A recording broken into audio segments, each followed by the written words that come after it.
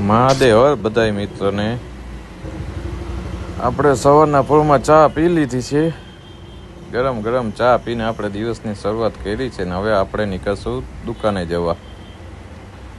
દુકાન તરફ આપણે નીકળી ગયા છીએ અને દરરોજની જેમ આપણે અહીંયા ઊભું રહેવું જ પડે, કેમ કે ભાઈ ઊભા ના રહે તો અહીંયા આવે મહેમાન.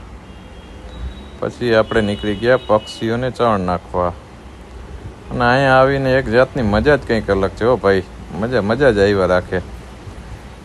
પછી આપણે પહોંચી ગયા દુકાન પાસે, પણ દરરોજની જેમ આપણે દુકાન પહેલાં ખોલતા નથી, કેમ કે આપણે પહેલાં જઈએ છીએ હનુમાન દાદાના દર્શન કરવા. તો આપણે આવી ગયા છીએ પેડેક રોડ ઉપર હનુમાન દાદાના દર્શન કરવા. દર્શન કર્યા પછી જ આપણે આગળ વધીએ.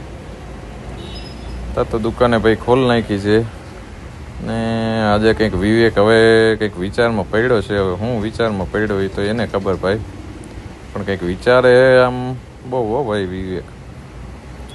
તો આવી ગયા મનુભાઈ ને મનુભાઈ કે હું છું તો મારા જેવી ને એમાં આ બે દાંત કાઢવા માંડ્યા કે આને ક્યાં ભાઈ કે હું છે જ નહીં કે દેખાતી જ નથી.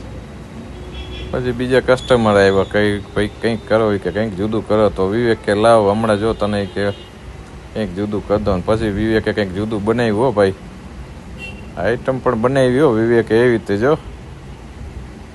તો આવી ગયા આપણા જયેશભાઈ. જયેશભાઈ કે ભાઈ હું આવ્યો ને વરસાદ ચાલુ થયો એ રાજકોટમાં. હવે વરસાદે ધીરે ધીરે ચાલુ થયો હો ભાઈ રાજકોટમાં. વરસાદ આવ્યા જ રાખે છે ધીરે ધીરે. જયેશભાઈ વળી ફોનમાં કહેવા માંડે કે ભાઈ વરસાદ આવે આવું કે ના આવું ભાઈ. પછી એને યાદ આવ્યું ભાઈ મારા પાસે તો કે રેનકોટ છે હો ભાઈ, કે તો ભાઈ જાય છે કે હાલો.